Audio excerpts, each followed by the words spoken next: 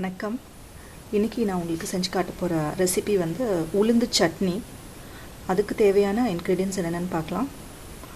இப்போ நான் வந்து உளுந்து வந்து நான் எடுத்திருக்கேன், லைக் 2 டேபிள் ஸ்பூன் எடுத்திருக்கேன். இதுக்கு வந்து கருப்பு உளுந்து ரொம்ப நல்லாயிருக்கும், டேஸ்ட்டாக இருக்கும். அப்புறம் வந்து கொஞ்சம் தேங்காய், அப்புறம் ஒரு தக்காளி, அப்புறம் ஒரு வெங்காயம், அப்புறம் வந்து இந்த க்ரீன் சில்லிஸும் ரெட் சில்லியும் நான் கொஞ்சம் கலந்து நான் எடுத்திருக்கேன். லைக் 3 க்ரீன் சில்லிஸ் எடுத்திருக்கேன், 3 பச்சை மிளகா, அப்புறம் ஒரு ரெட் சில்லி. உங்களுக்கு காரம் என்ன வேணும் அப்படின்னா கூட நீங்கள் நிறைய ஆட் பண்ணிக்கலாம்.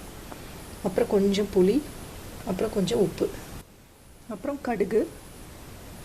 இப்போ என்ன பண்ணணும் அப்படின்னா, இந்த எல்லாத்தையுமே வந்து நம்ம நல்லா வதக்கிக்கணும். ஃபஸ்ட்டு எண்ணெயில் நல்லா வதக்கிக்கிட்டு அதுக்கப்புறமா அதை வந்து அரைச்சிடணும். அவ்வளோதான்.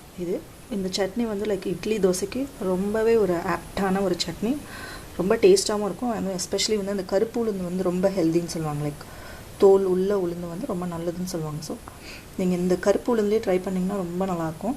வெள்ளை உளுந்தும் நல்லாயிருக்கும்னு நினைக்கிறேன், but I have tried only இந்த கருப்பு. நான் இதில் தான் எப்பயுமே யூஸ் பண்ணுவேன். ஸோ நீங்கள் இதுலேயும் ட்ரை பண்ணி பாருங்கள். இப்போ இந்த எண்ணெய் வந்து காஞ்சிருச்சு. இப்போ நம்ம இந்த உளுந்தை இதில் ஆட் பண்ணுறோம்.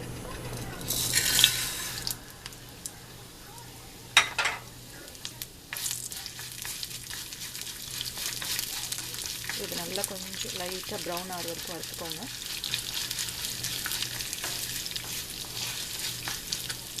அதுக்கப்புறம் கடுகு ஆட் பண்ணோம்.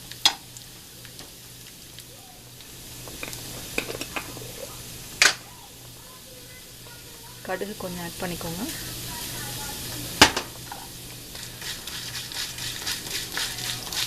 கடுகு போட்டதுக்கப்புறம் நம்ம நெக்ஸ்ட் வந்து வெங்காயம் ஆட் பண்ணோம்.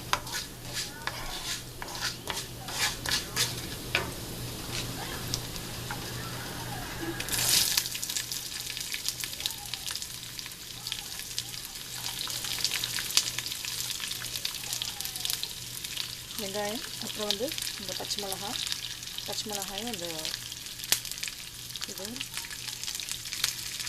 அப்புறம் வந்து இந்த புளி, அப்புறம் தக்காளி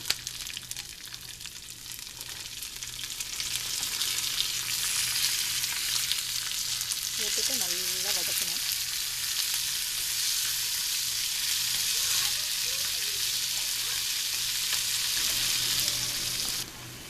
இப்போ இந்த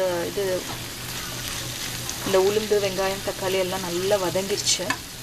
இப்போ வந்து நீங்கள் என்ன பண்ணணும்னா, இந்த தேங்காயை நீங்கள் ஆட் பண்ணணும். தேங்காயை ஃபஸ்ட்டே ஆட் பண்ணக்கூடாது, எல்லாம் கொஞ்சம் வதங்கினதுக்கப்புறம் தேங்காய் நீங்கள் ஆட் பண்ணுங்கள். அதுக்கப்புறமா வந்து நான் லைக் இதில் இஞ்சியும் போடலாம். நான் இஞ்சி வந்து உங்களுக்கு சொல்லலை இன்க்ரீடியன்ஸில். ஸோ நான் இந்த இவ்வளோண்டு பீஸ், சின்ன பீஸ் தான் நான் போடுறேன். நீங்கள் போட்டுடலாம், நல்லாயிருக்கும் இஞ்சியும் போட்டிங்கன்னா.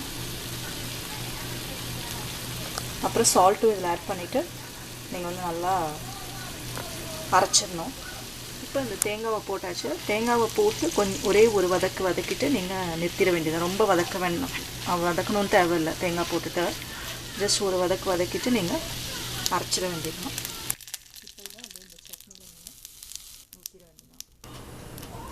இப்போ இந்த உளுந்து சட்னி ரெடி ஆகிடுச்சு. நீங்களும் ட்ரை பண்ணி பாருங்கள். தேங்க்ஸ் ஃபார் வாட்சிங்.